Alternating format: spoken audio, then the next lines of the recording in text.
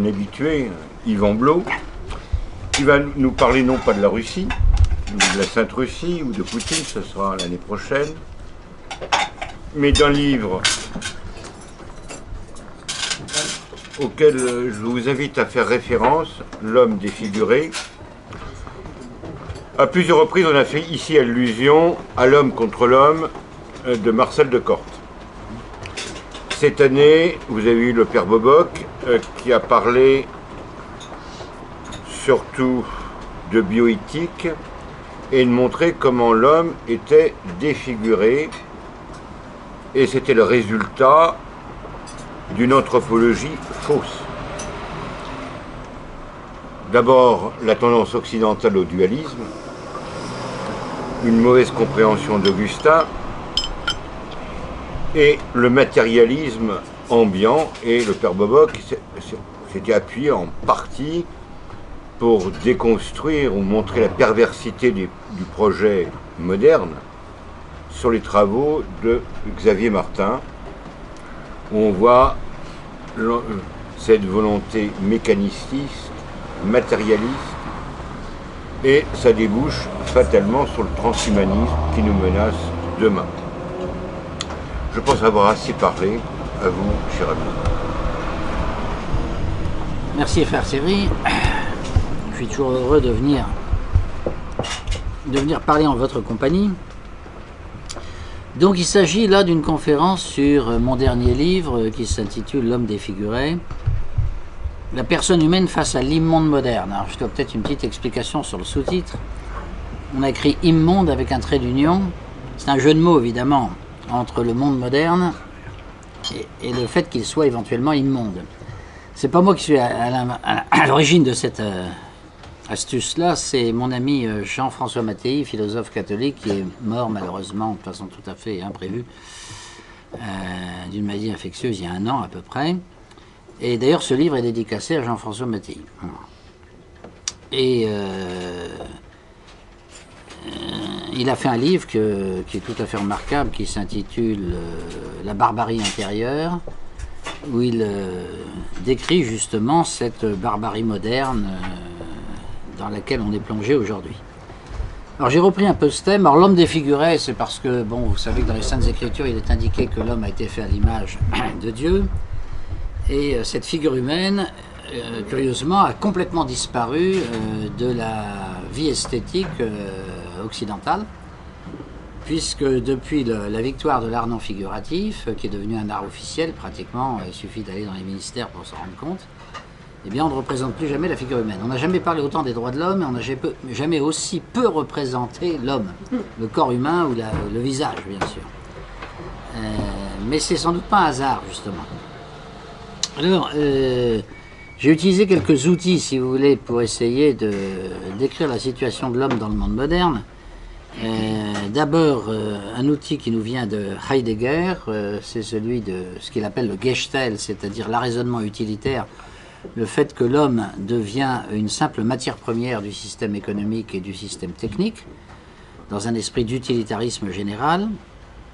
C'est la première partie du livre, si vous voulez. Une deuxième partie du livre est consacrée à étudier de façon un peu plus précise la théorie des 3 cerveaux. Vous savez que les spécialistes du cerveau, après la Seconde Guerre mondiale, ont découvert que dans notre cerveau, il y avait 3 parties en réalité. Une partie instinctive, enfin une partie qui commande nos instincts, qu'on appelle le paléocortex, ou le cerveau reptilien, parce qu'on l'a en commun avec les reptiles.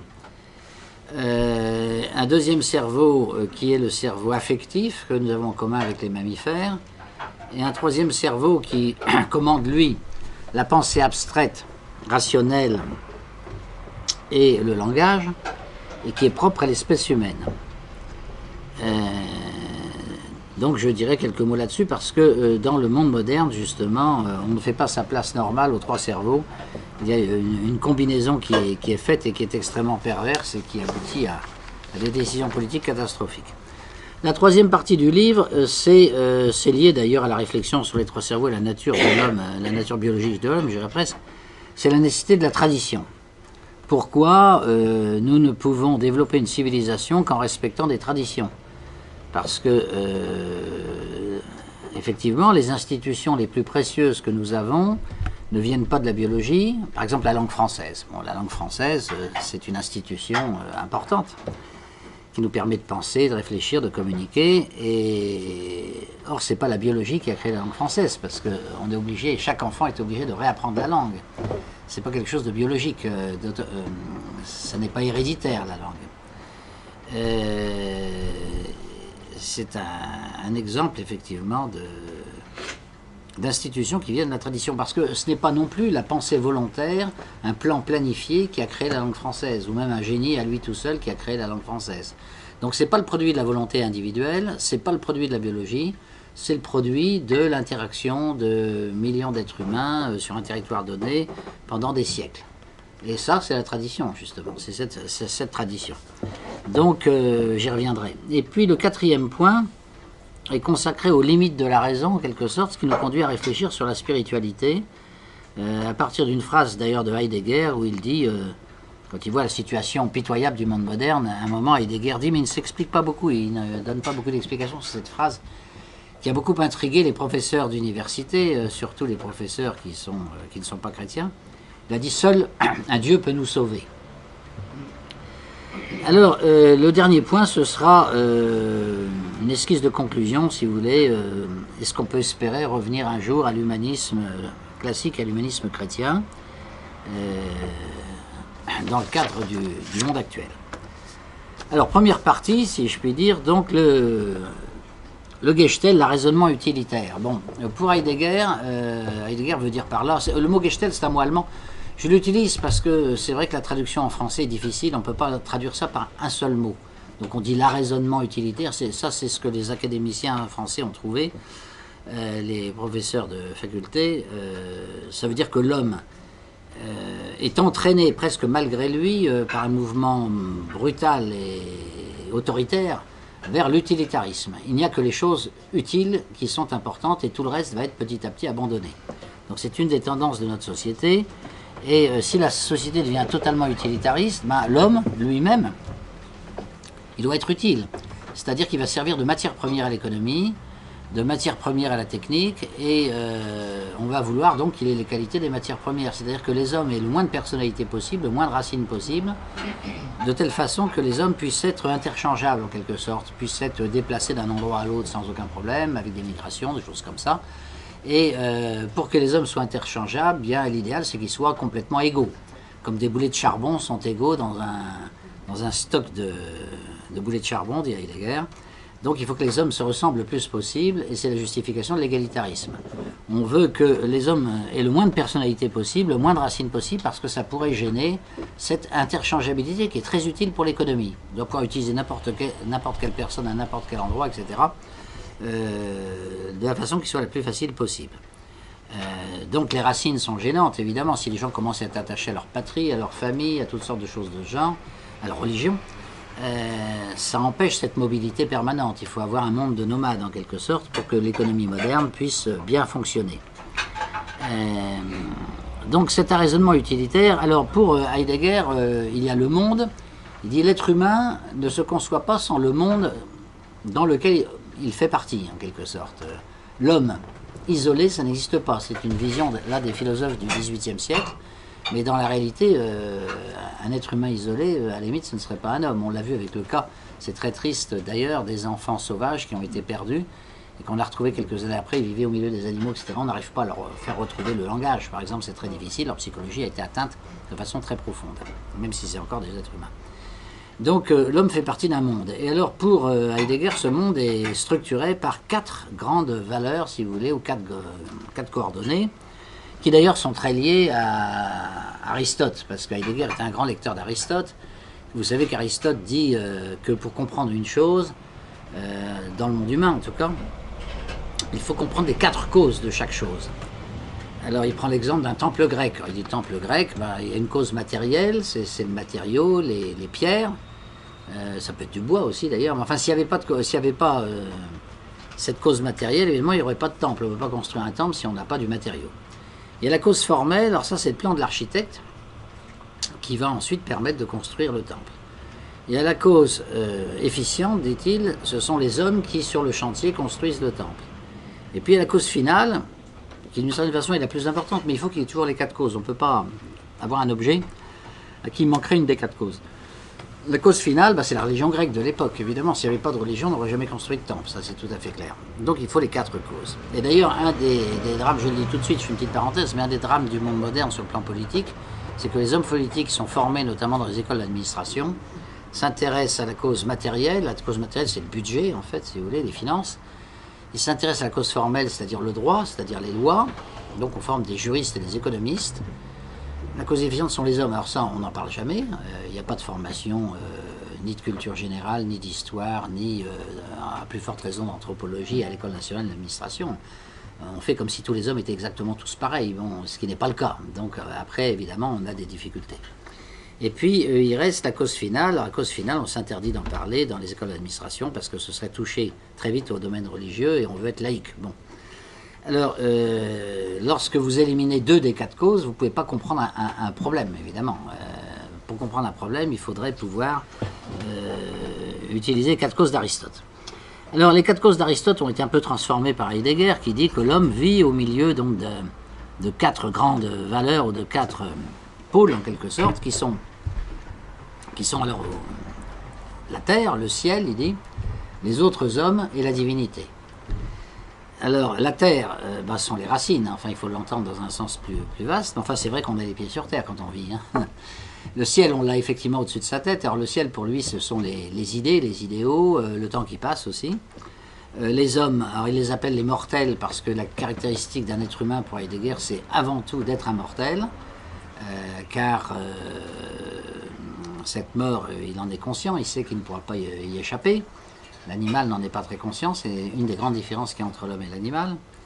Et puis la divinité, parce que pour Heidegger, cette divinité, je dirais en quelque sorte inévitable, même si vous ne croyez pas en Dieu, c'est presque une façon d'avoir une attitude envers lui, si je puis dire. Donc, de toute façon, pour lui, ça fait partie des 4 pôles qui structurent la vie d'un homme normal, si je puis dire.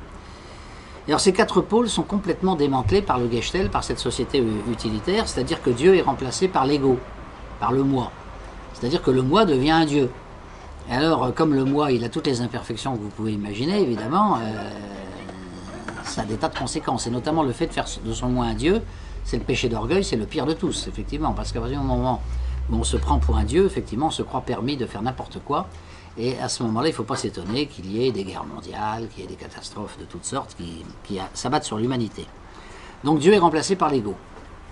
Les valeurs idéales, si je puis dire, qu'on pourrait synthétiser autour de l'idée du sens de l'honneur, sont remplacées par l'argent. L'argent, c'est la valeur suprême dans la société occidentale aujourd'hui, on le voit bien, à toutes sortes de petits indices. Par exemple, c'est le seul critère autorisé par la loi de discrimination entre les hommes, l'argent. L'argent fait exception on ne peut pas, si vous commencez à faire un club en disant seuls les Français seront membres du club, vous pouvez le faire, sans doute, la loi ne vous l'interdit pas, mais ce sera très mal vu, si la presse s'empare de ça, bien sûr. Si vous faites des clubs où il n'y a que des hommes, que des femmes, que des gens de telle ou telle race ou telle ou telle religion, ce sera toujours très très mal vu. Dans certains cas, ça pourrait même être condamné. Mais si vous faites un club en disant je prends dans mon club uniquement des gens qui gagnent plus d'1 million d'euros par mois, ça, il n'y a aucun problème. Hein. Au contraire. Donc on voit bien là que l'argent c'est le critère de discrimination parce que c'est l'idéal suprême. Et vous retrouvez cette idée de l'idéal suprême de l'argent, de Mammon, du veau d'or, qu'on trouve dans la Bible aussi. Vous le trouvez dans une statue extrêmement célèbre que tout le monde en général s'accorde à louer, qui est une statue faite par un Français, malheureusement, qui était Bartholdi, la statue de la Liberté qui est dans le port de New York. La statue de la Liberté, il y a beaucoup de choses à dire dessus, je trouve, parce que c'est une statue maçonnique en réalité. Ceux qui l'ont construite en faisaient partie, puis les Américains aussi. Ça s'est fait avec l'aide de la maçonnerie américaine. La statue de la Liberté, c'est une statue qui d'abord a été inaugurée dans des conditions assez étranges dont personne ne parle jamais. Et vous savez que cette statue est sur une île, donc pour y aller il faut prendre le bateau. Et quand elle a été inaugurée par le président Cleveland, eh bien, n'avait accès sur l'île que les Blancs. Les Noirs américains étaient totalement exclus, interdiction absolue d'aller sur cette île. Et les femmes, interdiction absolue aussi. Donc, statue de la liberté sans doute, mais pas pour tout le monde apparemment. Bizarre, hein, pour un pays qui se réclame comme étant le modèle indépassable des valeurs humaines. Cette statue de la liberté, sur son socle, il y a un poème d'Emma Lazarus, qui était un poète sioniste, qui dit en substance à peu près, je n'ai pas les vers sous les yeux, là, mais encore qui sont dans mon livre bien sûr, elle dit en substance, elle dit toutes les foules misérables du monde entier, venez donc à moi, venez aux États-Unis autrement dit, parce que vous y trouverez la liberté qui vous permettra de gagner de l'argent. Et elle dit, mon flambeau, mon flambeau éclaire la porte d'or. Donc c'est bien l'or qui est considéré comme le but ultime de l'humanité. Et en même temps d'ailleurs, ce poème, je dirais, égratigne au passage la civilisation européenne, puisque à un moment, Emma Lazarus fait dire dans son poème que il faut totalement mépriser les fastes et les richesses de l'ancien monde, tout ce qui est ancien, traditionnel, etc., même si c'est brillant et fastueux. C'est pas ça qui m'intéresse. Moi, ce qui m'intéresse, c'est les gens qui n'ont rien, qui n'ont pas de racines. Et ces gens qui n'ont pas de racines, eh bien, je vais les éclairer pour qu'ils puissent faire la chasse à l'or, en quelque sorte. C'est toute une philosophie qui est là-dedans, si vous voulez, mais qui est profondément matérialiste. Et habituellement, j'ai pris l'habitude d'opposer cette statue de la liberté, qui est très figée, en plus, et qui est glaciale, si vous regardez son visage. Je l'oppose volontiers à une statue qui se trouve à Volgograd, autrefois Stalingrad, qui a été bâtie après la guerre pour fêter la victoire russe sur le nazisme, qui s'appelle La Mère Patrie appelle. Et c'est une très belle statue, je ne l'ai pas là en photo malheureusement, sinon je vous l'aurais montré. C'est une statue où on voit une femme avec une épée dans une main, qui brandit une épée et qui appelle ses enfants à la défendre. C'est-à-dire, autrement dit, à se sacrifier. Donc c'est exactement le contraire de la statue de la liberté. C'est l'idée de sacrifice, l'idée de patriotisme, l'idée de racine. C'est vraiment tout à fait l'inverse, quoi. Et c'est pas l'idée qu'on va acquérir de l'argent, qu'on va se goinfrer en quelque sorte. Au contraire, c'est qu'on est prêt à mourir pour sauver sa patrie, pour sauver sa mère en quelque sorte. C'est l'idée que la patrie est une mère. Idée qui est très chère aux Russes, mais en fait qu'on trouve aussi en France, puisque en France il y avait une belle chanson d'ailleurs, qui a été l'hymne de la République française, mais ça n'a pas duré. Hein. C'était uniquement en 48, pendant 2-3 ans. Il n'y a pas eu la Marseillaise, je ne sais pas pourquoi. À l'époque, les gens ont trouvé que la Marseillaise, c'est vrai qu'il y a beaucoup à dire sur les paroles de la Marseillaise. Et donc, il y a une autre chanson que mon père aimait bien, parce que mon père était officier de marine et il me l'a chantée quand j'étais petit, qui dit, le refrain, c'est mourir pour la patrie, c'est le sort le plus beau, le plus digne d'envie. Et le premier couplet dit à l'appel du canon d'alarme, le soldat, je ne sais plus, enfin le soldat va se mobiliser, enfin c'est pas tout à fait ça les paroles, et il ajoute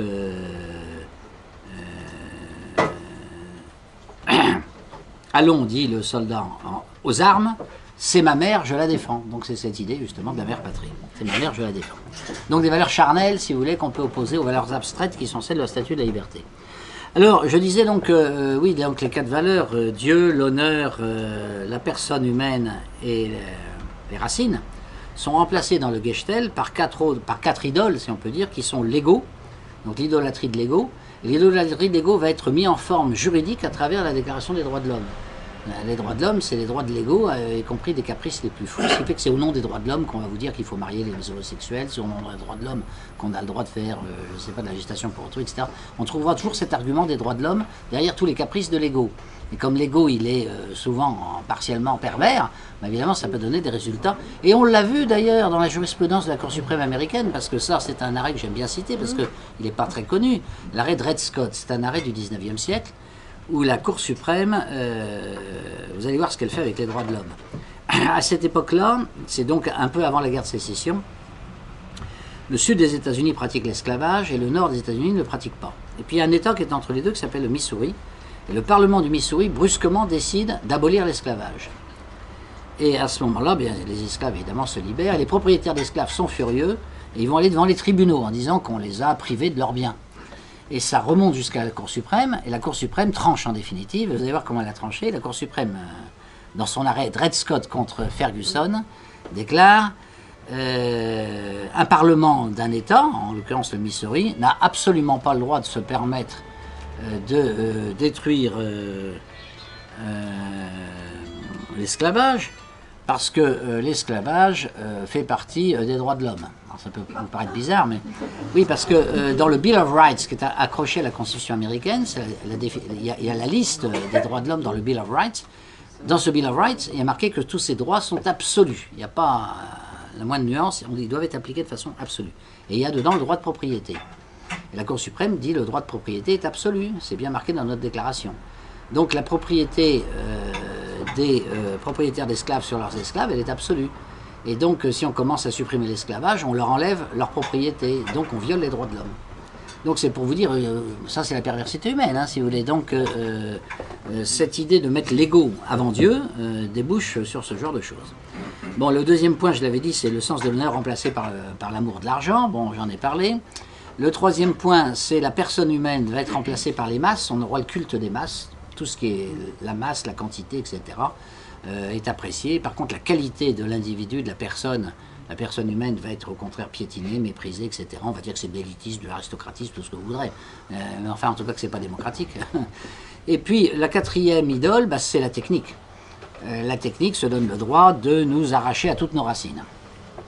Et bien évidemment, quand on dit qu'il y a 4 idoles dans le monde moderne, qui sont l'ego, qui sont l'argent, les masses et la technique, ça ne veut pas dire, il ne faut pas en tirer la conclusion, qu'il faut détruire son ego. C'est normal qu'on ait un ego, hein, bien sûr, mais ça ne veut pas dire non plus qu'il puisse faire n'importe quoi, mais enfin c'est normal qu'on en ait un. L'argent, ça ne veut pas dire qu'on veut supprimer l'argent, hein, comme l'ont voulu certains communistes. Il ne s'agit pas de supprimer l'argent, bien sûr que l'argent est utile. Les masses, elles existent, elles consomment, il faut bien une économie pour nourrir les gens, etc. Donc il ne s'agit pas aussi de vouloir détruire les masses. Et la technique, elle rend des services, bien évidemment. Donc les 4 choses ne sont pas intrinsèquement mauvaises, c'est l'homme qui les rend mauvaises par ses péchés, je dirais. Et donc ces 4 choses ne sont pas intrinsèquement mauvaises, mais elles deviennent des idoles. Et dès lors qu'elles deviennent des idoles, là elles deviennent pour le coup extrêmement mauvaises. Et d'où la perversion de la société dans laquelle on est. Alors d'où vient ce fameux Gestalt? Comment on en est arrivé là finalement? Pourquoi le monde a dérivé de cette façon-là? Alors d'abord, oui, une petite précision, pour Heidegger, il y a 3 formes de Gestalt au XXe siècle. La première, c'est le communisme, parce que le communisme, si vous regardez bien, il idolâtre les masses, il idolâtre la technique, ça c'est tout à fait clair. Alors il n'idolâtre pas l'argent privé, c'est vrai, mais il idolâtre bien sûr, je dirais, la finance de l'État. Et puis, il idolâtre l'ego aussi, puisque ça va jusqu'au culte de la personnalité, on va même jusqu'à momifier Lénine. Donc il dit, la première forme de Gestalt, c'est le communisme. La deuxième forme de Gestalt, c'est le nazisme. Et la troisième forme de Gestalt, bah, c'est la démocratie occidentale de type américain. Et là, évidemment, ça a valu à Heidegger beaucoup d'ennuis, parce que dit, comment vous comparez Hitler et Staline avec les États-Unis, c'est une honte, etc. Il dit non, non, politiquement, c'est très différent. Je sais très bien que les États-Unis, c'est différent du Troisième Reich et que c'est différent du RSS. Politiquement, c'est très différent.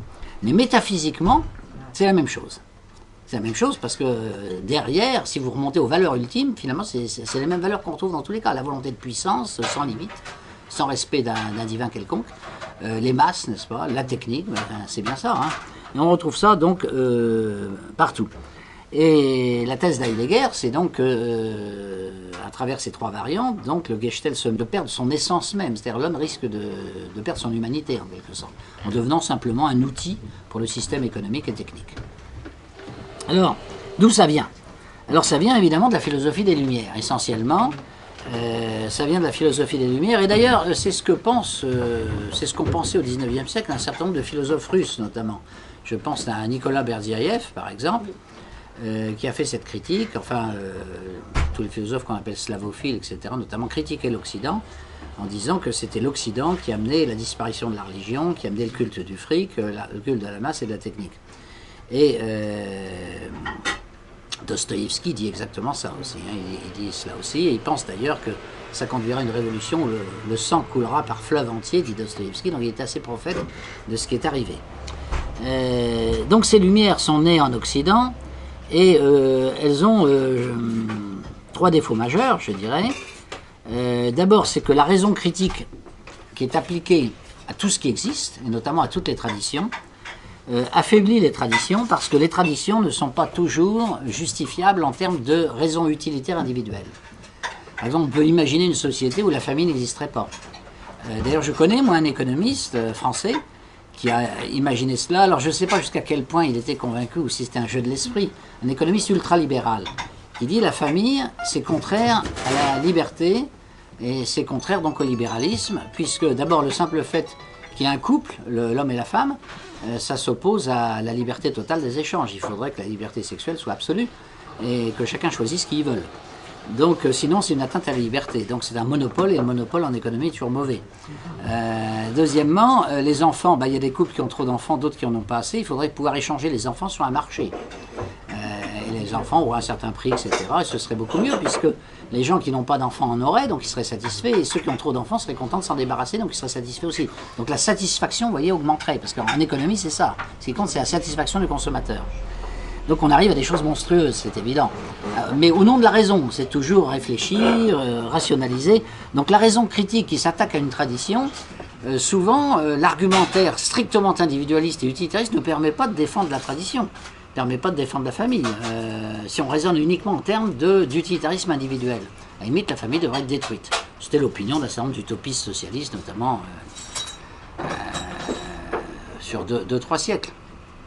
On pourrait prendre d'autres exemples de traditions où c'est la même chose, évidemment. Les Lumières critiquent tout. Puisque les Lumières n'acceptent que l'utilitarisme et le bonheur de l'individu, ils ne comprendront jamais la notion de sacrifice. Se sacrifier pour la patrie, ça n'a aucun sens. Évidemment, si vous raisonnez en termes d'utilitarisme, en intérêt, etc., bon, on compare l'intérêt et le coût. Le coût, si c'est la mort, il devient total, donc il ne faut surtout pas le faire. Donc, faut pas se... Et à ce moment-là, si personne ne défend plus la patrie, vous voyez bien les catastrophes que ça mène. Donc ce genre de calcul utilitariste, c'est faussement rationnel, et en fait, c'est destructeur des traditions. C'est le premier grand défaut des Lumières, et c'est ce qui a amené à la Révolution française, d'ailleurs. Parce que la Révolution française, c'était ça, c'était de dire il faut supprimer toutes les traditions et tout reconstruire à partir de la raison. Et tout reconstruire à partir de la raison, ça aboutit d'abord à une perte d'information, d'héritage considérable, parce que toute la sagesse des siècles disparaît dans ce cas-là, puisqu'on veut tout repartir à zéro. Et comme en général l'être humain est rebelle à cette construction artificielle, cette société artificielle qu'on veut lui imposer, quoi, finalement. Donc il faut le réprimer pour l'obliger à obéir, et on débouche très vite sur un régime de terreur. C'est pour ça que toute révolution a toujours une phase terroriste, effectivement, parce qu'il y a des gens qui s'opposent, donc il faut les tuer. Donc ça, c'est le premier grand défaut des Lumières, c'est que l'application de la raison critique à tout, et notamment à toutes les traditions, aboutit à vouloir faire une société artificielle, et pour maintenir cette société, on va mettre en place la terreur. Donc ça débouche sur la violence. Le deuxième critère, le deuxième grand défaut des Lumières, c'est que comme le nom l'indique, on dit les Lumières c'est très bien parce que c'est mieux que l'ignorance. Alors bien sûr, évidemment que c'est mieux que l'ignorance, c'est mieux que les ténèbres. Mais ce sont des Lumières qui n'ont pas de chaleur. Ce sont des lumières froides, glacées. Ce sont les lumières du calcul mathématique, si vous voulez, c'est totalement froid et glacé. Hein. On peut tout à fait être parfaitement rationnel et être inhumain. Alors on peut prendre un exemple très facile d'ailleurs. Hein. Imaginons un jeune homme qui habite dans un immeuble et il sait qu'au-dessus de lui habite une vieille dame qui a beaucoup d'argent. Et elle planque son argent sous son matelas. Il se trouve qu'il sait, parce qu'un jour elle lui a fait une confidence, je ne sais rien. Bon. Mais comme il est utilitariste et qu'il fait du calcul économique, n'est-ce pas, et qu'il n'y a aucune autre valeur pour lui, la religion ne compte pas, etc., la morale se ramène à l'utilitarisme, il se dit, il faut que je fasse un crime parfait, je vais assassiner la vieille, et je vais lui piquer son fric. Si j'y arrive, je suis d'abord très intelligent, donc je suis fier de moi, et je vais être très riche. Donc je suis aussi fier de moi pour une deuxième raison. Je suis intelligent et je suis riche. Et moyennant quoi j'ai assassiné quelqu'un au passage. C'est un peu le thème d'ailleurs, c'est le thème d'ailleurs de ce livre extraordinaire qu'a fait Dostoïevski, Crime et Châtiment. Vous avez effectivement Raskolnikov qui se dit, il va assassiner une vieille usurière. Et il dit, je travaille pour l'humanité parce que l'usure c'est très mal. Donc quand je tue une usurière, je fais du bien à tout le monde. Oui, mais enfin entre-temps il a assassiné quelqu'un. Bon, mais il essaye de rationaliser ça et de le calculer. Donc ça veut dire une chose, c'est que le calcul humain poussé jusqu'au bout, même de façon très intelligente, s'il n'y a pas de sens moral derrière pour le freiner, ça débouche vite sur la barbarie. Et c'est tout le problème d'ailleurs du nazisme et du communisme aussi, qui se voulaient des idéologies scientifiques en disant mais nous on fait que de la science, c'est tout, on n'a pas de préjugés, on fait de la science. Et au nom de la science, nous pensons qu'il faut faire telle guerre, massacrer tel peuple, etc. Ou telle classe. Donc ce sont des lumières sans chaleur. Et dans une société dominée par les Lumières, ce qui compte, c'est de connaître les procédures. Donc ça devient une société juridique, effectivement. Ce qui devient très important, ce sont les procédures, les tribunaux. Et connaître les procédures est considéré comme beaucoup plus important que connaître les hommes. Et là, vous retombez encore sur le défaut de la classe politique occidentale. Il n'y a pas que les énarques français.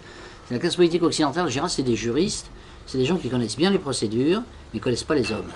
parce qu'ils n'ont pas fait de psychologie, ils n'ont pas fait d'anthropologie, en général ils sont athées, ensuite l'histoire ils ne connaissent pas, donc tout ce qui leur permettrait de mieux connaître la psychologie humaine, ils ne le connaissent pas. Par contre, ils connaissent bien le droit. Mais le droit sans la psychologie humaine, ça fait toujours un mauvais gouvernement, hein. Ça ne suffit pas pour faire un bon gouvernement. Donc ça, c'est le deuxième grand défaut des Lumières, cette absence de chaleur. Troisième grand défaut, c'est que la philosophie des Lumières est une philosophie qui est tout ce qu'on voudra, mais sauf démocratique. Parce que l'idée, c'est que seuls ceux qui ont des Lumières ont bien sûr le droit de s'exprimer et de décider pour les autres. Les autres, ils sont dans les ténèbres, et il faut leur imposer les Lumières s'ils n'en veulent pas. Et vous retombez sur l'autoritarisme de la Révolution française, c'est ça. Nous, moi, Robespierre, j'ai des Lumières, vous n'en avez pas, donc obéissez-moi. Vous voulez pas m'obéir, ben, je vous coupe la tête. Et on retrouve ce type de raisonnement, si vous voulez, dans pratiquement tous les processus révolutionnaires, qui sont des révolutions dirigées par des athées rationalistes, des scientistes. Donc voilà, donc les Lumières, si vous voulez, elles ont un bon côté, parce que dans la mesure où elles consistaient à dire il faut, disons, les connaissances sont une bonne chose, et l'absence de connaissances, l'ignorance est une mauvaise chose, on est bien tous d'accord là-dessus, c'est évident. Mais les Lumières qui s'attaquent aux traditions, ça se retourne contre l'être humain. Les Lumières qui n'ont pas de chaleur, ça se retrouve contre l'être humain. Et la lumière purement élitiste, bah, qu'est-ce qu'on fait des autres hommes? Les malheureux, ils n'ont pas suffisamment de lumière, donc ils n'ont droit à rien, quoi. Enfin, c'est tout. En plus, c'est contre la démocratie, ce qui est paradoxal. Alors que ceux qui se réclament des Lumières disent justement que ce sont les grands défenseurs de la démocratie. Alors cette lumière a été portée, malheureusement, je dirais, par l'Occident aux Russes. Parce que l'Union soviétique, c'est en fait une colonisation mentale de la Russie par les Lumières occidentales. Parce que la philosophie des Lumières n'a jamais été une tradition russe sur le plan philosophique. Elle est venue de la France, malheureusement, comme vous le savez, à partir de Descartes, puis elle s'est développée avec Voltaire et Rousseau. Les Allemands l'ont assez largement repris aussi, notamment avec Kant, et les Anglais, bien sûr, les Anglais ont développé la philosophie utilitariste, hein, donc ils sont un peu à la base du monde actuel sur le plan philosophique. Et d'ailleurs, il y en a un qui savait très bien ce qu'il disait, parce que ça, il avait une certaine culture dans son propre domaine, c'était Lénine. Et Lénine dit dans son livre, un livre très intéressant pour voir l'essence de la pensée communiste, je confonds toujours avec l'État et la Révolution, mais c'est... ah si, c'est l'État et la Révolution, je crois justement. Dans l'État et la Révolution, Lénine dit « La pensée de Marx est la plus juste, la plus vraie, parce qu'elle combine les trois plus belles conquêtes intellectuelles de l'esprit humain, à savoir l'économie politique anglaise, la politique socialiste française et la philosophie allemande. » Et il a fait la combinaison des trois, il aboutit à une philosophie qui est parfaite. Et donc nous, on va essayer de l'appliquer en Russie. Voilà. Mais c'est un produit, évidemment, franco-anglo-allemand.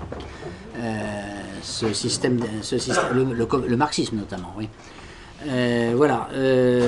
Donc cette critique des Lumières, aujourd'hui, elle est plus nécessaire que jamais, bien sûr. Elle est faite, il y a toute une tradition de critique des Lumières, bien sûr, y compris dans la pensée française, avec toute une série de philosophes contre-révolutionnaires qui ont critiqué les excès des Lumières, et même jusqu'à l'époque moderne. Enfin, c'est pas un Français en l'occurrence, le philosophe, mais les professeurs de sciences économiques étaient Hayek, critiquaient cette philosophie des Lumières. En Angleterre, vous avez un très grand philosophe, historien plutôt, mais enfin qui a critiqué la Révolution française, qui est Burke. Edmund Burke a montré que la Révolution française était une catastrophe, il expliquait pourquoi. Mais il expliquait un peu dans les mêmes termes que je viens de vous faire ici. Il a critiqué cette philosophie des Lumières qui voulait reconstruire la société comme un ingénieur construit une voiture. On ne peut pas construire une société comme un ingénieur construit une voiture. On ne peut pas reconstruire la langue française comme on construit une maison. C'est pas vrai. C'est d'autres types d'institutions qui viennent des traditions, justement. Et c'est ça qu'on ne veut pas admettre. Mais la science sociale, dans sa forme la plus moderne aujourd'hui, au bon sens du terme, elle reconnaît que la tradition, c'est une forme d'information aussi, une forme de sagesse, et que ça vaut le raisonnement logique intellectuel. Mais dans le passé, on ne l'admettait pas aussi facilement. Alors, la thèse de Heidegger, c'est qu'on est dans le Gestell, donc l'utilitarisme. Et cet utilitarisme se caractérise par ce qu'il appelle l'oubli de l'être, c'est-à-dire qu'on oublie l'essence des choses, on oublie ce qu'est un être humain. On ne voit qu'une force de travail. On regarde une montagne, on ne s'intéresse pas à la montagne pour ce qu'elle est, et notamment pour sa beauté. On va dire à cette montagne, il y a des forêts dessus, on va pouvoir exploiter ça et en tirer de l'argent. Et puis il y a des carrières de pierre, on va pouvoir en tirer de l'argent aussi. On ne voit plus, tout ce qu'on voit dans la nature et autour de soi, y compris les hommes, n'est vu que sous cet aspect utilitariste, faire du fric. Bon, et c'est ce qu'il appelle l'oubli de l'être. Une église, par exemple. Eh bien, dans l'esprit de l'oubli de l'être, on va oublier que l'Église c'est la maison de Dieu, parce qu'on n'y croit pas évidemment. Et l'Église va être considérée comme un monument touristique qui va permettre de gagner beaucoup d'argent à des entreprises touristiques qui font visiter l'Église, par exemple. Hein. Donc, c'est-à-dire que le monument lui-même est reconnu pour tel, mais son essence échappe totalement aux touristes. Le touriste moyen, disons qui n'a pas une culture religieuse, s'imagine que c'est une beauté esthétique. Ça l'est aussi d'ailleurs. Mais l'essence de l'Église, qui est évidemment d'être la maison du divin, bah, ça lui échappe totalement.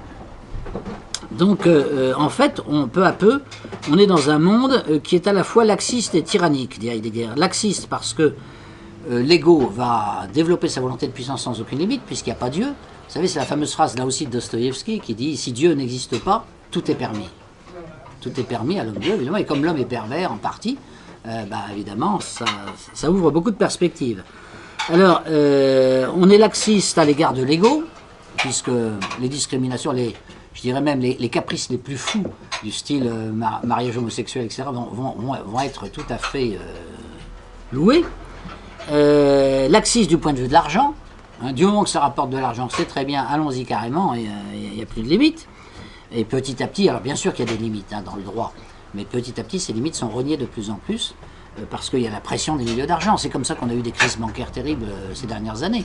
Parce que traditionnellement, il y avait dans le monde de la banque, on opposait les banques d'affaires et les banques de dépôt. Les banques d'affaires prenaient des risques, mais leur argent venait de grands capitalistes, si je puis dire, donc elles pouvaient prendre des risques. Et les banques de dépôt, c'était les petits épargnants comme vous et moi. Bon, elles ne faisaient pas d'affaires dans ce sens-là. Elles pouvaient en faire de façon très très très limitée, etc. Parce qu'on ne voulait pas qu'elles prennent trop de risques, ça pourrait être dangereux pour les épargnants. Et puis ces dernières années, dans tous les pays occidentaux, on a supprimé cette distinction. Et puis ensuite, on a fait de la spéculation à partir des banques de dépôt, etc. Et puis il y a eu comme ça des millions de gens qui ont été ruinés aux États-Unis quand il y a eu la crise dite des subprimes.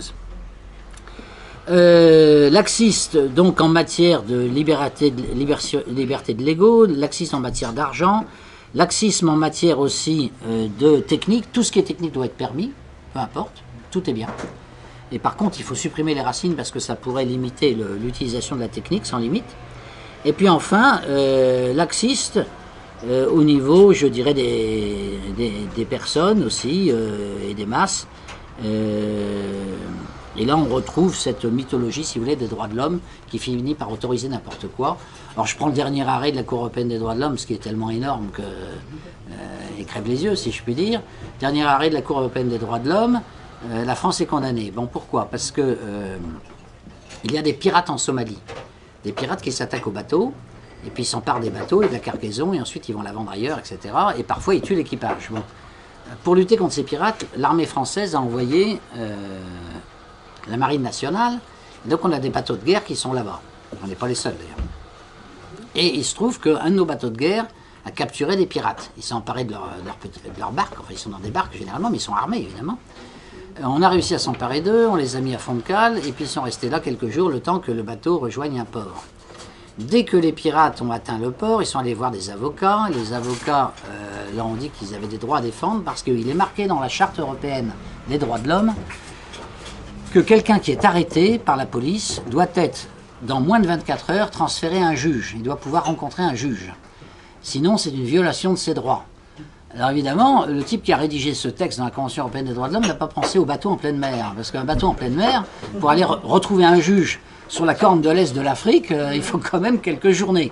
Et alors, eh ben, ça n'a pas du tout, je dirais, entamé les certitudes toutes faites des juges de la Cour européenne des droits de l'homme qui ont jugé que la France était coupable, puisque ces pirates n'avaient pas pu être déférés au juge dans les 24 heures.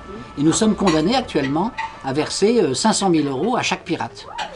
Ce qui est quand même pas mal, sur les fonds des contribuables, hein, évidemment. Voilà le genre d'aberration auquel on arrive. Alors donc c'est laxiste. Le Gestell, il est laxiste et il laisse la porte ouverte, disons, au crime et à la délinquance de façon... C'est pour ça que le crime et la délinquance se développent d'ailleurs, parce que, vous savez, le nombre de crimes et délits en France a quintuplé depuis mai 68. Alors qu'entre 1945 et 1968, ce chiffre était stable. Qu'est-ce qui s'est passé entre-temps? Mais il s'est passé la mise en place de ce Gestell, de cette idéologie, de cette mentalité, de l'idée que la morale ne sert à rien, etc. Et on a le résultat que l'on devait avoir. Mais en même temps, il est laxiste, mais en même temps, il est tyrannique, le Gestell. Parce que, par exemple, il pousse à l'égalité, absolument, il y a une tyrannie égalitaire. Donc, on va Enfin, on va faire ce que font les socialistes, quoi, hein, si vous voulez, pour égalitariser les situations de tout le monde. On voudra que tout le monde ait des diplômes, qu'il n'y ait plus de sélection à l'université. On voudra évidemment, par des impôts, détruire les patrimoines familiaux et ceux qui ont un peu plus de richesse que d'autres. La tyrannie technique, oui, alors bien sûr, dès que c'est technique, c'est bien, donc on va vous imposer n'importe quoi au nom de la technique, même si c'est aberrant. La tyrannie des besoins, oui, ça c'est plutôt dans la vie intérieure, si vous voulez, c'est que on excite les besoins des gens avec la publicité, avec ce qu'on appelle la société de consommation.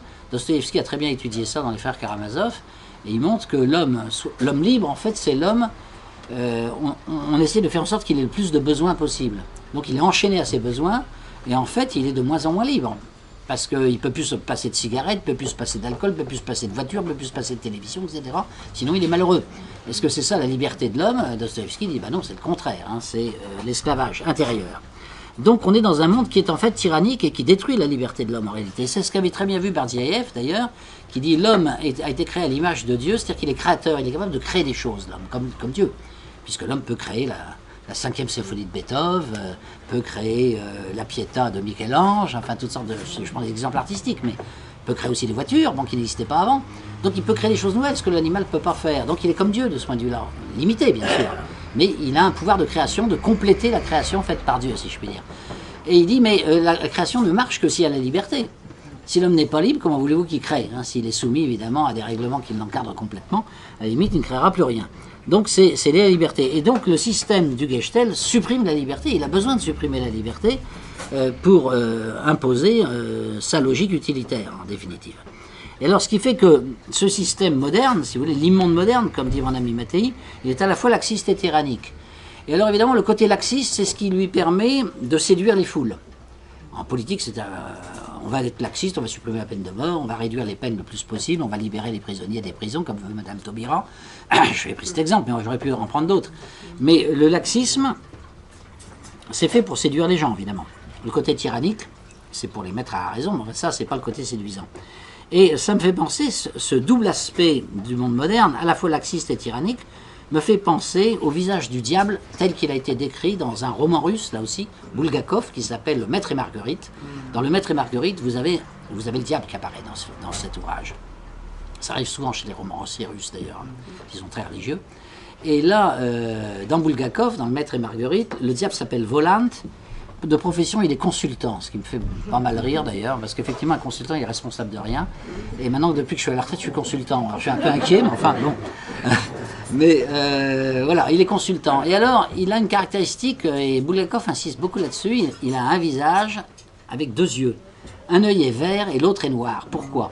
Il a un œil vert, c'est pour séduire les hommes avec l'espérance. Le vert, c'est la couleur de l'espérance. Il va leur faire miroiter des espoirs extraordinaires. Du genre, vous serez tous des patrons, vous serez tous des Don Juan, vous serez tous des dieux, vous serez tous des rois. C'est toutes les révolutions qui viennent de là, hein. C'est cette espérance, évidemment. Donc ça, c'est l'œil vert du diable. Et puis l'œil noir, c'est parce qu'il conduit les hommes vers la mort. Il leur fait espérer des choses pour les conduire ensuite vers la mort. Bon, le communisme vous fait espérer une société parfaite et il vous conduit vers les charniers de Pol Pot et de Staline. Donc c'est assez extraordinaire, je trouve, cette idée de Bulgakov. Et vous retrouvez ça, ces deux yeux du diable, dans le laxisme et la tyrannie. Alors ça, c'est la première partie, j'en ai beaucoup parlé, je vais être plus court sur les autres parties. La deuxième partie de mon livre, c'est une réflexion sur les trois cerveaux. Je pense que c'est très important, la réflexion sur les trois cerveaux. Moi, personnellement, je mettrais ça au lycée, pour que les enfants puissent apprendre ce que c'est. Bon, je vous ai dit qu'on avait dans notre cerveau trois parties. Mais ça n'est qu'une découverte tardive de la médecine, qui ne fait que recouper des intuitions philosophiques qui existaient bien avant. Parce que les trois parties de l'âme, ça se trouve dans Platon, où il dit que l'âme humaine est composée de trois parties, le nous qui est la raison, le thumos qui est l'affect, si je puis dire, enfin les sentiments, et puis l'épithumia qui est la partie désirante de l'homme et qui l'assimile d'ailleurs à un reptile, effectivement c'est les instincts, quoi. Et alors, Platon était un des premiers à dire ça, et puis ensuite ça a été repris largement par les pères de l'Église. Si vous lisez beaucoup de pères de l'Église, notamment les pères de l'Église grecque d'ailleurs, mais enfin pas exclusivement, vous retrouvez cette théorie des trois parties de l'âme. Avec l'idée d'ailleurs qu'il faut discipliner les trois parties, qu'il y a des péchés qui correspondent à la raison, des péchés correspondant aux sentiments et des péchés qui correspondent aussi à la partie instinctive, avec l'appel à la nécessité de discipliner la partie instinctive, et puis de tourner la partie affective vers l'amour et pas vers la haine. Parce que le problème de la partie affective, c'est ça. Est-ce qu'elle est tournée vers l'amour ou vers la haine? Si elle est tournée vers la haine, elle s'éloigne de Dieu. Si elle est tournée vers l'amour, elle se rapproche de Dieu, puisque Dieu est amour. Bon. Et puis, quant à la raison, eh bien, la raison aussi, elle doit subir, disons, une certaine discipline pour ne pas imaginer n'importe quoi et détruire les autres parties de l'âme. Donc, cette théorie des 3 parties de l'âme que vous retrouvez chez les pères de l'Église, beaucoup chez les orthodoxes notamment, mais enfin aussi dans l'Église catholique, aujourd'hui, elle est, je dirais, confortée par les théoriciens, enfin, pas les théoriciens, les médecins, disons, qui ont étudié le cerveau. Et le plus grand, c'est un Américain qui s'appelle MacLean. Il y a un livre qui s'appelle en France, d'ailleurs, les 3 cerveaux de MacLean, où il explique donc qu'on a 3 cerveaux. Et alors là, on peut voir plusieurs types de sociétés, selon la manière dont ces cerveaux vont s'articuler entre eux. C'est-à-dire que la civilisation, c'est l'alliance du cerveau affectif et du cerveau intellectuel pour discipliner les instincts. Le 3e cerveau, donc. Et alors, le cerveau affectif, on peut l'appeler aussi le cœur. Enfin, dans les écrits des pères de l'Église, c'est ce qu'on appelle le cœur. Faire rentrer la raison dans le cœur pour discipliner les instincts. La raison et le cœur, s'ils sont associés, effectivement, c'est le développement des civilisations. Mais vous avez d'autres combinaisons possibles. Une combinaison peut être d'associer les instincts et le cerveau affectif, qui devient haineux à ce moment-là, pour laisser tomber toute la partie rationnelle, et à ce moment-là, vous avez la sauvagerie. Vous avez des sauvages, des gens qui sont des brutes, etc., qui se tuent entre eux, etc. Ils n'ont plus aucune... La raison a disparu, et c'est l'association des instincts et d'un cerveau affectif mal orienté, si je puis dire. Puis vous avez une 3e combinaison, et qui est peut-être probablement plus diabolique que la sauvagerie, moi, ce que j'appelle la barbarie. Alors la barbarie, c'est l'association de la raison et des instincts contre le cœur. Et ça, c'est le monde moderne. C'est exactement le monde moderne. Le monde moderne passe son temps à dire quoi? À dire, faut libérer vos instincts. C'est Freud, hein, libérer vos instincts, etc. Ils sont toujours brimés par la société bourgeoise, la morale, etc. Libérons-nous de tout ça. Et celui qui a été le plus loin, qui même a fini par faire peur à ses copains révolutionnaires, ils l'ont flanqué en tôle. Bon. Parce que ça conduisait à des crimes, évidemment. Les instincts, c'est les instincts du crocodile, hein, si vous voulez. C'est donc, ça peut conduire très facilement au meurtre, effectivement, à partir du moment où il n'y a plus aucun contrôle. Donc on dit qu'il faut libérer les instincts. Et puis le deuxième grande catégorie grande leçon du monde moderne, c'est de dire la raison, c'est ce qui fait de vous un Dieu. Donc vous n'avez pas besoin de Dieu, évidemment. Et la raison, rien ne vaut la raison. D'ailleurs, vous avez ça dans l'hymne de l'Internationale. La raison tonne en son cratère, la éruption de la face, des paroles de l'Internationale. Il n'y a rien au-dessus de la raison. Bah si, il y a des choses au-dessus de la raison, notamment les traditions. Bon. Mais ça, c'est ce qu'on ne veut pas admettre, évidemment, dans le monde moderne. Et comme les traditions, elles s'appuient sur le cœur, en fait, hein, que ce soit la famille, elle s'appuie sur le cœur d'abord, pas sur le coefficient intellectuel, je veux dire. On peut avoir une famille aimante et qui élève bien ses enfants, et qui soit d'un niveau intellectuel moyen, c'est parfaitement possible. Mais par contre, on peut avoir une famille où le niveau intellectuel du père et de la mère sont extraordinaires, hein, genre Einstein, mais qui n'ont pas de cœur du tout. Et ça fera une famille qui éclatera, qui probablement d'ailleurs divorcera d'ailleurs. Enfin bon. Donc on voit bien l'importance du cœur. Or, dans la civilisation occidentale moderne actuelle, le cœur, il est complètement marginalisé, considéré comme bourgeois, réactionnaire, voire fasciste. Bon, et on ne défend que les 2 autres parties du cerveau, c'est-à-dire la raison et les instincts. Alors ça, c'est vraiment quand même... oui, je disais, il y a 7 erreurs dans le monde moderne, si je puis dire, comme dans le jeu des 7 erreurs. C'est d'abord de croire que l'homme est bon par nature. Parce que l'homme, il est pécheur par nature. Il est bon, mais il est aussi méchant. Et on le sait bien, il suffit de voir l'histoire des hommes pour voir qu'il est les deux. Et comme le disait très bien Hayek, il dit ce qui a rendu les hommes peut-être un petit peu meilleurs au cours des siècles avec la civilisation, un petit peu meilleurs. Bon, pas évident d'ailleurs. Bah, c'est pas la raison individuelle. La raison individuelle ne rend pas meilleur. Hein. On peut être tout à fait intelligent et être un criminel. Ça, c'est 2 choses. C'est pas du tout impossible. Il dit c'est là où Victor Hugo se trompait. Victor Hugo disait ouvrez une école et on fermera des prisons. C'est pas vrai. Al Capone, il a été à l'école, hein, probablement. Je pense que c'est Staline aussi. Bon. Donc, ça n'a rien à voir. Alors, donc, l'homme bon. Le mythe de l'homme bon qui est développé par Jean-Jacques Rousseau et qu'on retrouve tout le temps, plus ou moins, dans la psychologie, notamment de gouvernance socialiste actuelle. C'est pas vrai. L'homme n'est pas bon par nature. Deuxièmement, c'est que la raison individuelle, disons, logique, calculatrice, doit s'appliquer à tout. Bah, c'est pas vrai. Parce que les traditions, justement, elles ne sont pas forcément rationnelles. Et pourtant, l'expérience montre qu'elles sont indispensables à l'épanouissement de l'homme. C'est-à-dire que ce n'est pas la raison abstraite qu'il faut suivre, c'est l'expérimentation, l'expérience, comme dans la science d'ailleurs. Parce que la science, c'est aussi l'expérience, ce n'est pas la raison pure. 3e erreur, c'est marginaliser le cœur. Le cœur n'a aucune importance, mais le cœur, c'est la base de la morale. Et la quatrième erreur, c'est de croire que la liberté, c'est de satisfaire tous ses besoins. Pour satisfaire tous ces besoins, les besoins deviennent de plus en plus importants, deviennent de plus en plus dominateurs, et vous êtes sous l'esclave de vos propres besoins. Donc il n'y a pas de liberté. La cinquième erreur, c'est l'égalitarisme, parce que ça, c'est le nivellement et c'est la destruction de tous les talents et l'injustice suprême. Et ça, c'est très développé chez les socialistes, bien sûr. La sixième erreur, c'est la fraternité purement abstraite, parce que pour qu'il puisse y avoir des frères, il faut qu'il y ait un père. Si vous ne croyez pas dans le père, la fraternité, ça sera quelque chose de totalement abstrait, donc qui ne jouera pas, qui n'améliorera pas la chaleur des relations humaines. Et je dirais même que cette fraternité peut devenir perverse dans la mesure où ça devient une fraternité de type mafieux, de gens qui se regroupent entre eux pour faire des mauvais coups. Bon, c'est aussi une fraternité. Hein. Bon, on trouve ça dans certaines loges maçonniques, on trouve ça dans la mafia de certains pays, etc. Et la septième erreur, eh bien, c'est de considérer que l'homme est uniquement un animal. Parce que l'homme est aussi un animal, bien sûr, mais il n'est pas que cela. C'est ce que dit tout le temps Heidegger, d'ailleurs, mais il a raison. Il y a dans l'homme une dimension qui dépasse l'animal, et ça se voit dans son comportement. Le comportement héroïque, par exemple, des choses comme ça. Il y a un certain nombre de choses chez l'homme qui fait le comportement qui consiste à rendre un culte aux morts. Ça ne se trouve pas non plus chez les animaux. Enfin, il y a un certain nombre de caractéristiques qui sont quand même assez propres à l'homme. Donc l'homme est un animal, mais il n'est pas qu'un animal. Et ce qui est frappant chez les matérialistes de tous bords, d'ailleurs, c'est qu'ils réduisent toujours l'homme à l'animal.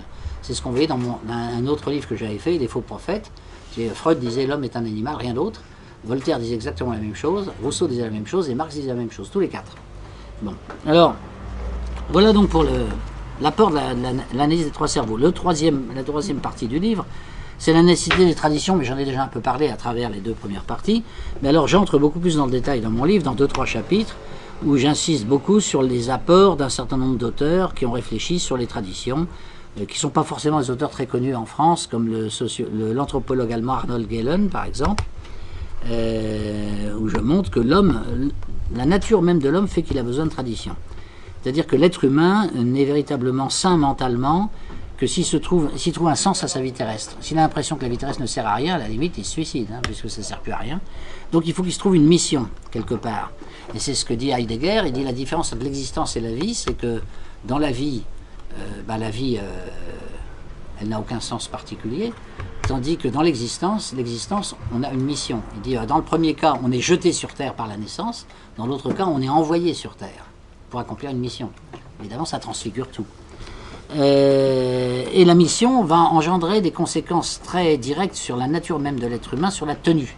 L'être humain, naturellement, il a besoin d'un système éducatif pour avoir une certaine tenue. Ce qui n'est pas vrai des animaux. Les animaux ont des instincts qui sont beaucoup mieux faits que les nôtres de ce point de vue-là, je veux dire. Ils sont dans des rails et ils ont toujours une certaine tenue. Je ne sais pas si vous êtes comme moi, par exemple, moi et mon épouse, on aime beaucoup les chats. Et ben, les chats, vous verrez qu'un chat, il est toujours beau. Il a toujours une très belle tenue. Il ne se tient jamais de façon vulgaire. C'est impossible. Mais il n'a aucun mérite, je veux dire, c'est dans son système génétique. L'être humain, quand il n'a pas de tenue, ça devient vite insupportable.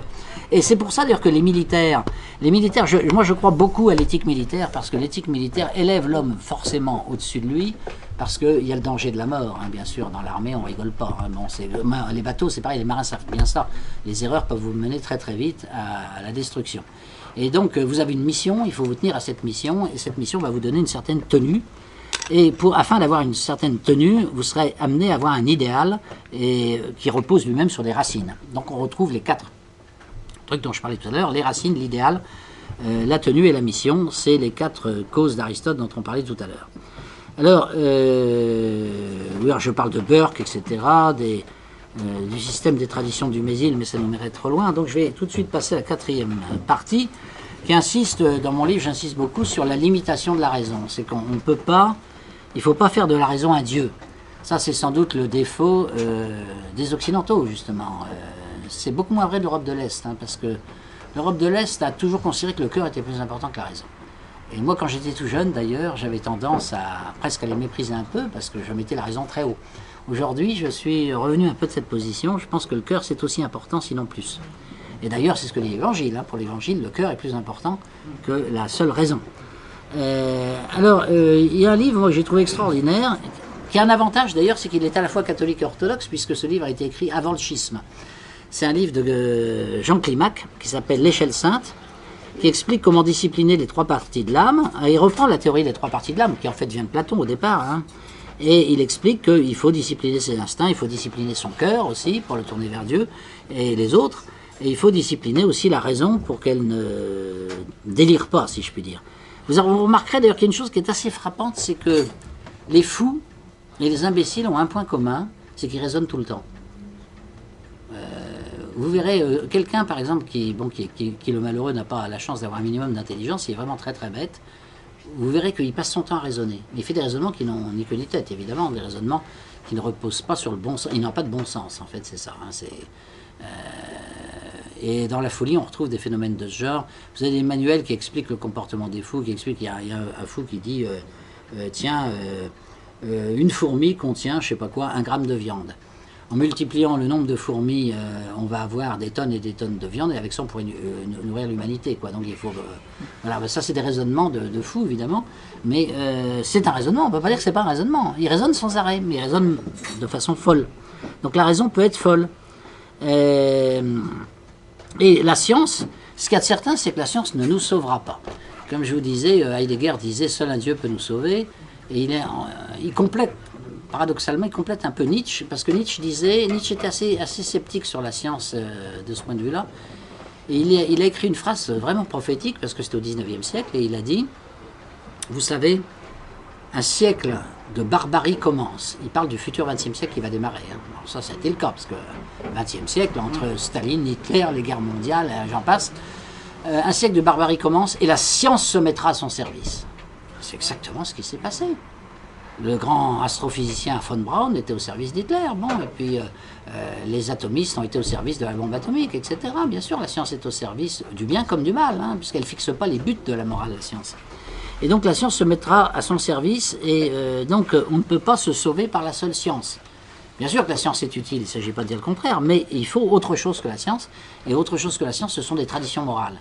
Et c'est là où j'aime bien citer cet auteur, parce qu'en plus il est très honnête, je pense, parce qu'il est agnostique, lui il ne croit pas en Dieu, mais il dit simplement les traditions ont développé des traditions morales, enfin le comportement des hommes sur des siècles a été sélectionné en faveur d'une certaine moralité. Si cette moralité n'existe pas, la société s'effondre. Et donc la famille, le droit de propriété, tout ça c'est le résultat de traditions. Et il ajoute, comme ces traditions ne sont pas rationnelles du point de vue de l'utilité individuelle, il y aura toujours des tendances dans la société humaine à vouloir détruire toutes ces traditions parce qu'elles apparaissent comme des contraintes et puis on ne voit pas pourquoi, on vivra en famille, on pourrait supprimer la famille après tout, on ne voit pas pourquoi il y aura le droit de propriété, on pourrait supprimer la propriété, ça vous donne le communisme. Hein, bon, et il dit, et ça, le raisonnement évidemment porte vers ça. Et il dit, et ce qui a permis de défendre les traditions contre la raison humaine et contre ses instincts, contre ses mauvais instincts, il dit, bah, c'est souvent la religion. L'institution religieuse, justement, a donné un sens sacré aux valeurs morales, qui fait que les gens se sont mis à suivre ces valeurs morales avec beaucoup plus de foi, c'est le cas de le dire, que s'ils n'avaient pas de religion. Et on dit bien un homme sans foi ni loi.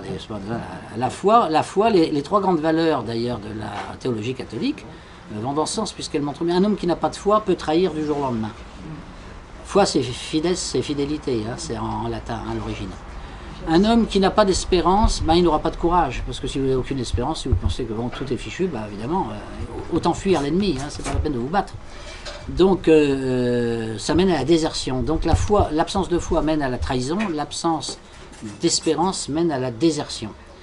Et quant à l'absence d'amour, ben, ça mène à la stérilité, dans tous les sens du terme. La stérilité, pas d'enfant, bien sûr, et puis aussi la stérilité, je dirais, au niveau des œuvres, de l'esprit, parce que si vous n'avez pas un minimum d'amour, vous ne pouvez pas composer la 5e symphonie de Beethoven ou la Passion selon saint Matthieu, ça c'est tout à fait clair. Hein. Ce n'est pas uniquement par la raison mathématique que vous pouvez créer des œuvres de cette qualité-là. Alors, conclusion, retour à l'humanisme classique et chrétien. On peut penser qu'après cette période de Gestell et les catastrophes que ça mène sur l'humanité, évidemment, les gens en tirent des conclusions et on peut penser que dans les générations futures, on va peut-être revenir à quelque chose de plus sain.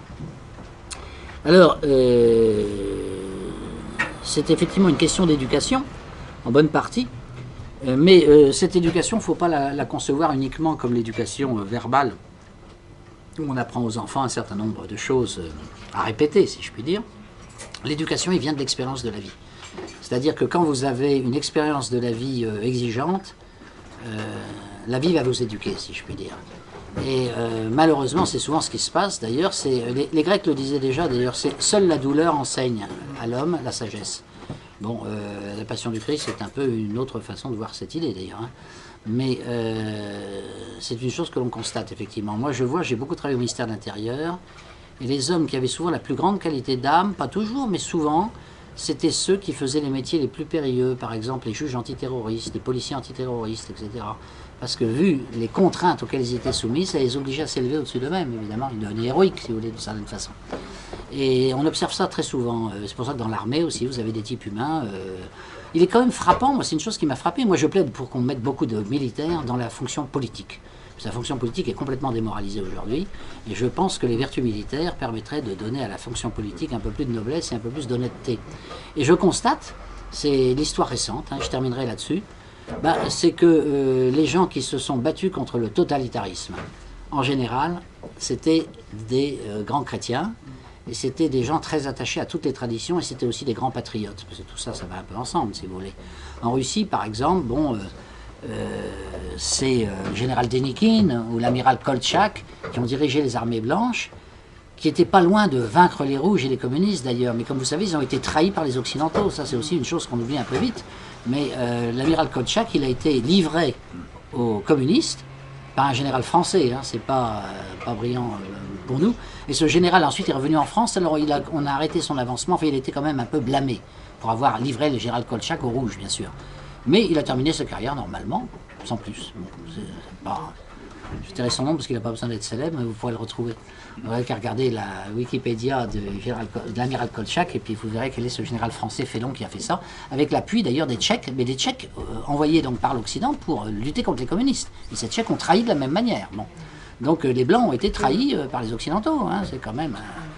D'ailleurs, Lénine, tout le monde sait qu'il a réussi à pénétrer en Russie grâce à l'appui du gouvernement allemand de l'époque, qui pensait faire un très bon coup, en se disant Lénine, c'est un poison violent, il va tuer le tsar, et d'ailleurs ça a été le cas, il va tuer l'armée russe, et pour l'Allemagne, ce serait évidemment un gain politique gigantesque. Sur le moment, ça a été vrai, il y avait le prêtre Brest-Litov, les Russes se sont retirés de la guerre, et les Allemands, ils ont gagné sur le front Est, mais ils n'ont pas gagné sur le front Ouest. Bon, mais ils ont gagné notamment en flanquant Lénine en Russie. Donc, je veux dire, vraiment, les Occidentaux au sens large, hein, ça ne vise pas que les Français et les Anglais, bien sûr, ils ont tout fait pour que le communisme réussisse. Alors, je disais donc Koltchak, Dénikine en Russie. Bon, si vous prenez en Allemagne des grands héros qui ont vu que Hitler menait leur pays d'ailleurs à la ruine et commettait des crimes contre l'humanité, vous avez le colonel von Stauffenberg, aristocrate, profondément catholique, et profondément patriote et traditionnaliste. Bon, même genre que l'amiral Koltchak, hein, c'est le même genre d'homme finalement. C'est créé par la tradition finalement, la tradition prussienne. Bon, dans l'autre cas, c'est la tradition des cadets de l'armée rouge, hein, mais l'armée russe. La famille Scholl avant, il s'est inspiré oui, de Sophie Scholl. Tout à fait, vous avez raison, qui elle était de Munich. Et vous avez, je pensais aussi à, comment il s'appelle, un autre Allemand, l'amiral Canaris, oui, lui qui était dans les services secrets nazis en plus, mais qui a tout fait pour essayer de s'opposer à Hitler. Il a été d'ailleurs flingué, si je puis dire, dans un camp de concentration. Du côté français, je parle uniquement de la Seconde Guerre mondiale, hein, par prudence, parce que je sais que tout le monde n'est pas forcément d'accord avec le personnage, mais enfin, le général de Gaulle, c'est quand même le chef de la résistance française, et il est quand même, même si on ne l'aime pas, c'est quand même un catholique de tradition, c'est pas un communiste ou un socialiste, que je sache. Bon. Et l'amiral d'Argentlieu, qui était son plus proche ami, lui, il était carme, en plus, il était moine et officier de la... Oui, d'ailleurs, ce qui fait qu'il y avait beaucoup de jeux de mots sur lui, on l'appelait Carmel Naval, parce qu'il était à la fois amiral et carme, et puis on l'appelait aussi... comme il s'appelait Thierry d'Argentlieu, on l'appelait Tiens-lieu d'Argenterie, tellement il avait de décoration. Enfin, tous ces gens-là ne sont pas des socialistes, des radicaux socialistes, ce sont des militaires, ce sont des chrétiens, ce sont des gens de tradition. Voilà. Alors c'est pour ça que j'ai tendance à penser que si on pouvait... alors je vous dirais aussi des choses que je ne mettrais peut-être pas forcément par écrit de façon aussi facile, mais parce que là aussi il y a des polémiques immédiates qui exploseraient, mais on peut quand même, peut-être, même si on n'est pas d'accord sur tout, tirer un coup de chapeau au général Franco, je suis désolé, mais que De Gaulle admirait d'ailleurs. Franco, c'est quand même un homme qui s'est opposé à Hitler, donc il a rendu un sacré service aux Occidentaux, hein, parce qu'il a empêché Hitler de passer par l'Espagne et d'envahir l'Afrique, et Hitler était fou de rage d'ailleurs. Bon. Et ensuite, Franco, il a sauvé l'Espagne du communisme, quand même, hein, c'est pas rien non plus. Bon, et ensuite, il a mené l'Espagne sur la voie d'un développement économique extraordinaire, alors que c'est un pays complètement sous-développé au départ. Bon, donc il a fait quand même, même si, alors c'est vrai, il a maintenu une dictature, ça c'est exact, mais il n'a pas fait que du mal. Bon, et là aussi, c'est un officier chrétien catholique, ça, il n'a jamais commis, il a tué beaucoup de gens, ça c'est vrai, parce qu'il y avait une guerre civile, mais il n'a jamais commis les massacres de Staline ou d'Hitler, ça n'a vraiment rien à voir, on ne peut pas faire la comparaison. Et je dirais, on pourrait étendre d'ailleurs la comparaison que je viens de faire au général Pinochet, pareil, n'est-ce pas, qui est un général, alors évidemment, il a tué des gens, parce que quand vous faites un coup d'État, vous tuez des gens. Bon, mais cela dit, Pinochet a sauvé le Chili du communisme. Il a rétabli l'économie chilienne, il en a fait un pays très prospère alors que les gens crevaient de faim. Bon, c'est quand même rendre des sacrés services à l'humanité. Et il n'a jamais fait ce qu'ont fait Pol Pot, Robespierre, Staline, enfin tous les tyrans révolutionnaires, parce que c'était un général bon, qui avait une certaine éthique d'origine chrétienne, quoi, qui l'empêchait de faire quand même des crimes de cette taille-là. Voilà, donc je voudrais conclure là-dessus en disant que, bien sûr, je ne prétends pas que la morale militaire résoudra tous les problèmes, mais en tout cas, si on en mettait un petit peu plus dans notre société qui ne s'intéresse qu'à l'argent et à rien d'autre, eh bien, ça serait peut-être mieux pour nous tous. Voilà.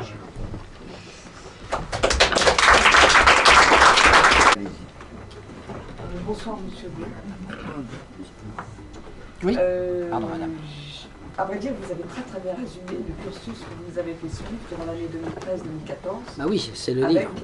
Voilà, oui. Avec l'homme figuré par l'esprit des Lumières. Me permettez-vous d'apporter 3 petites incises.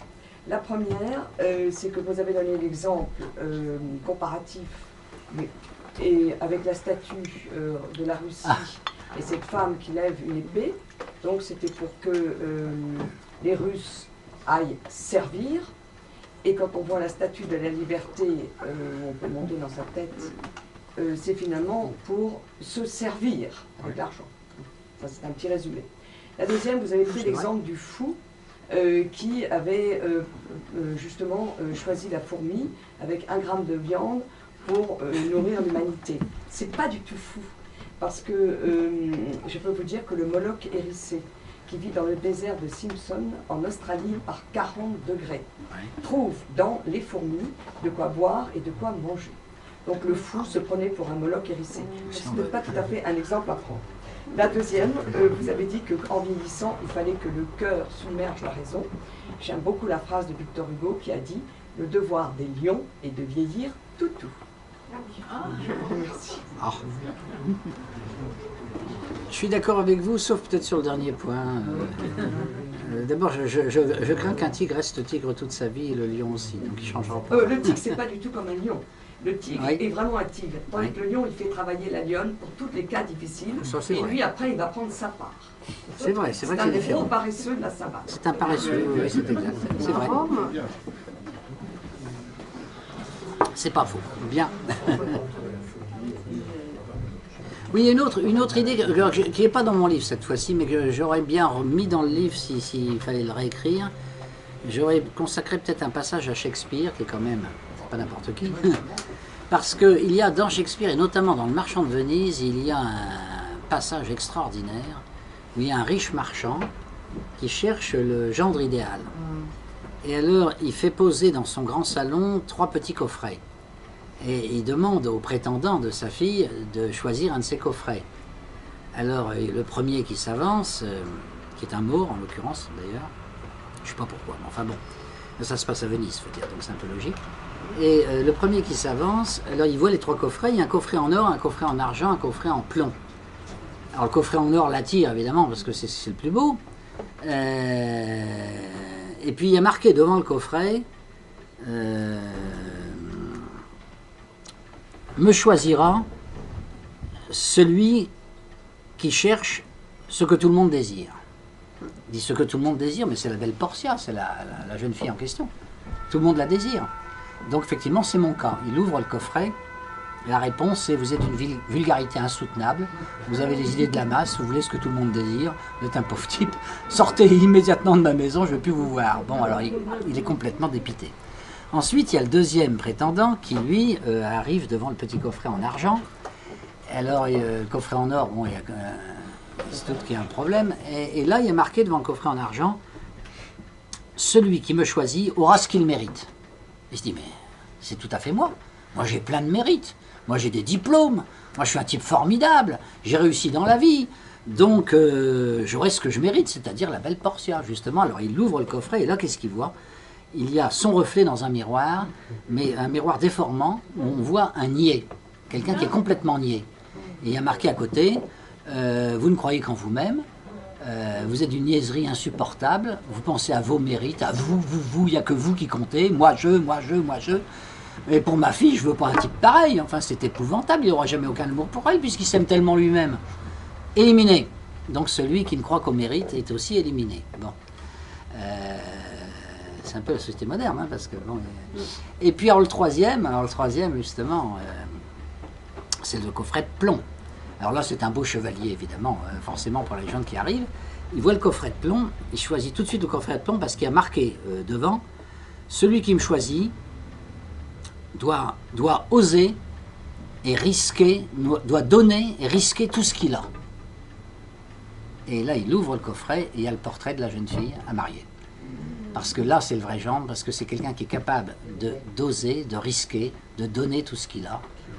Il a donc une âme, une belle âme, et je veux ce type pour gendre, dit le marchand vénitien. Ben, c'est un peu ça, si vous voulez, le Gestell, c'est les deux premiers coffrets, quoi. Je dirais le premier coffret, ben, c'est le coffret de la vulgarité absolue, le deuxième coffret, c'est celui de l'oligarchie, finalement. Elle a des mérites, l'oligarchie, bon, mais elle ne croit qu'en elle-même, c'est tout. Et puis le troisième, ben, c'est les vertus héroïques, finalement, qui peuvent être religieuses, qui peuvent être militaires, qui peuvent être autres, d'ailleurs, hein, mais c'est quand même ce qu'il y a de mieux. Voilà. Oui? J'ai des accords. Je pense qu'il faut vieillir lion, c'est-à-dire être irréductible à ceux qui veulent notre peau, lutter contre eux, c'est ça, être lion, être irréductible, pas, comme disait Bernanos, si nous ne nous aurons pas vivants. C'est d'une actualité brûlante aujourd'hui, face à certains problèmes, face à l'euthanasie qui se profile. Donc j'espère vieillir lion, c'est-à-dire ne pas céder à ceux qui veulent notre peau. Il y en a dans le monde. On peut difficilement vous contredire sur ce point. Oui, madame? Oui, monsieur. Vous avez parlé de l'Occident avec l'Angleterre, l'Allemagne et la France. Et pour la France, j'ai cité Descartes. Mais en ce qui concerne le siècle des Lumières. Le siècle des Lumières, c'est une importation pour la France. C'est une importation anglo-saxonne, justement. Il y a dans les deux vrais signes du terme, l'Aufklärung et l'Enlightenment. Et ce sont des protestants. Et c'est pas du tout catholique comme état d'esprit. Donc là, il y a peut-être une petite nuance à donner. Parce que l'esprit protestant, dans sa protestation utilitaire, justement, qui est, enfin, luthérienne, parce que les princes allemands, ils se sont dit dévergondés, ils gueulent comme je sais pas quoi, là. Ils s'adressent au pape, qui lui ne peut pas faire grand chose sinon que les excommunier, donc il dit finalement le pape il sert pas grand chose, parce que, enfin je résume un peu, c'est un peu son attitude, il sert pas grand chose parce que l'excommunication là-bas tout le monde s'en fout, donc et il continue à asservir leurs serfs de manière scandaleuse, etc. Donc finalement, ce n'est pas la seule raison, mais ça a été quand même une grosse raison de protestation et de départ. Oui, le lien alors, entre... Oui, je vois ce que un lien entre le protestantisme. où on tombe dans la morale, justement, parce qu'on reste utilitaire, donc vous avez parlé de morale, mais là, dans la morale, il n'y a pas de transcendant. Je veux dire, tout le monde a une morale. Alors, elle est un peu... Bah, si, parce que tout le monde en trouve une, de toute façon, parce qu'il y en a quand même une. Chacun trouve son bien, son mal, et puis se débrouille un peu par là. C'est vrai que dans les excès, à partir du moment où, comme dit Dostoïevski, il n'y a plus de Dieu, on n'a plus de compte à rendre, donc effectivement, tout est permis, et on s'en fout. Bon, ça, c'est vrai. Cela dit, on tombe dans cet excès pour des individus, pour des masses... en fait, qu'est-ce qui compte?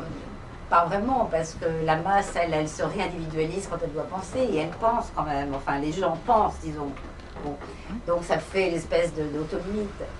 Mais bon, voilà, c'était simplement pour dire que la France n'est pas tout à fait, enfin quand vous parlez de l'Occident, vous mettez la France dedans, non pas que je sois absolument vive la France, cocorico, on est meilleurs, ça n'a rien à voir, mais je crois qu'il y a quand même une différence entre les pays catholiques et les pays protestants qui, dans leur protestantisme, ont été extrêmement utilitaires pour appliquer une morale immédiate et qui perdait un peu de sa transcendance et qui finit par... voilà.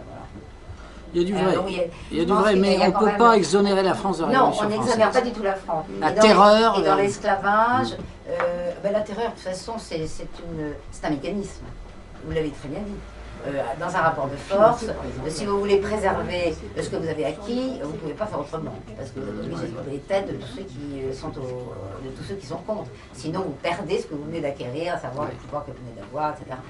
Donc la terreur, de toute façon, elle fait partie du jeu, parce que ou on s'arrête avant, ou alors si on l'a fait, on ne peut pas s'arrêter, et à ce moment-là, on l'a. Bon. Donc ça, c'est mécanique. Alors, mais ce qui est pire que la terreur dans la Révolution française, c'est le véritable mobile, parce que le mobile, c'était on déboute tout Dieu, d'abord parce qu'effectivement on vient des Lumières, et puis qu'on va un peu plus loin que nos professeurs, donc l'élève se fait meilleur que le maître, et là la France a effectivement dépassé tout le monde, c'est sûr. Ce n'est pas à son honneur de ce point de vue-là, mais enfin bon. C'est pas le bon côté. C'est pas le bon côté. Il y a des bons mais côtés. Il y a une logique aussi dans la théosophie, enfin je veux dire, on y arrive forcément. Alors, et la maçonnerie est quand même, enfin c'est quand même... Elle est proche du protestantisme. Elle est quand même protestante, enfin elle est dans ces pays-là en tout cas. Parce que, enfin, beaucoup en France aussi, mais... Certes, oui, non, certes, mais elle a un but, et c'est débuter le pape. Parce que c'est ça son but, la création, son véritable mobile. Ben oui, le pape, l'Église, donc ça c'est son véritable mobile. Alors ça ne peut pas être un pays catholique, enfin de tradition en tout cas. Bon alors évidemment, dans les catholiques, il y en a qui ne croient pas, il y en a qui viennent protestants, il y en a tout ce qu'on veut. Mais je veux dire par là que ça ne peut pas être né de cette terre, voilà, ça, en tant que tradition justement, parce qu'elle ne peut pas se détruire.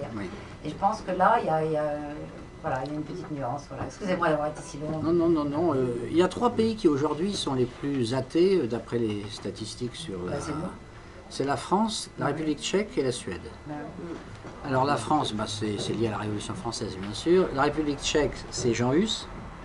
Et les suites, Jean Hus, qui était un protestant au fond, mais qui a été écrasé par les armées autrichiennes, etc. Et puis après, il y a eu tout un milieu, disons, protestant et nationaliste tchèque contre les armées autrichiennes.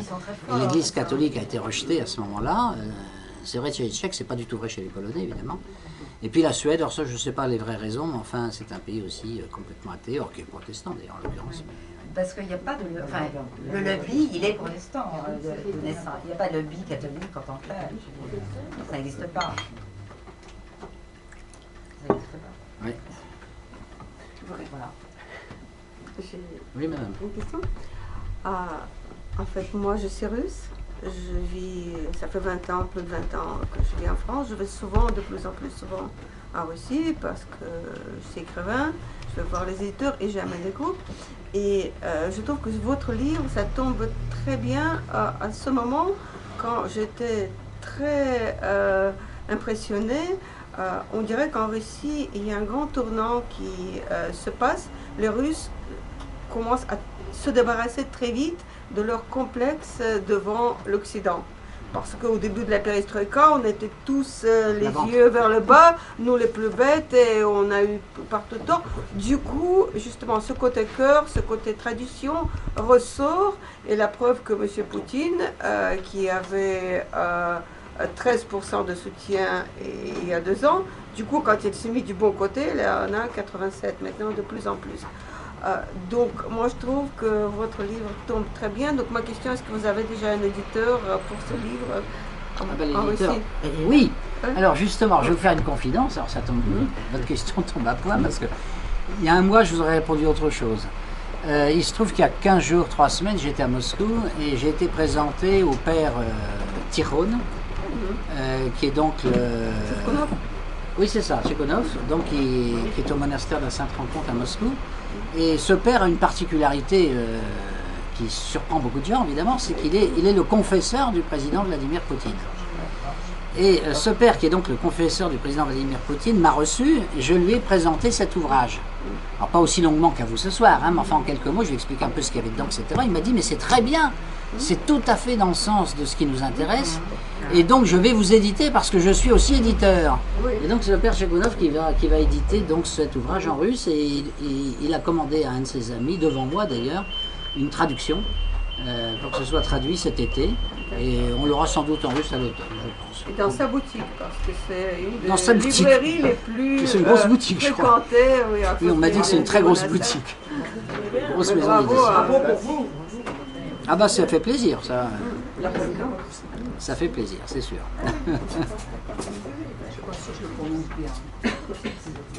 Ah oui. Mais je vais vous dire aussi, c'est vrai que le gouvernement russe actuel, si vous voulez, est inspiré par des gens qui disons, peuvent nous redonner un peu espoir. Parce que, par exemple, j'ai été reçu dans je vais dire un think tank en anglais, excusez-moi pour le mot anglais, mais un club de pensée, donc de réflexion, qui dépend du Kremlin, qui s'appelle ISEP, enfin ça c'est le sigle, hein. Ça veut dire pas grand-chose. ISEP, ça veut dire Institut des sciences, je ne sais plus quoi, économiques, sociales, etc. Et j'ai été reçu par le directeur. J'entre dans son bureau.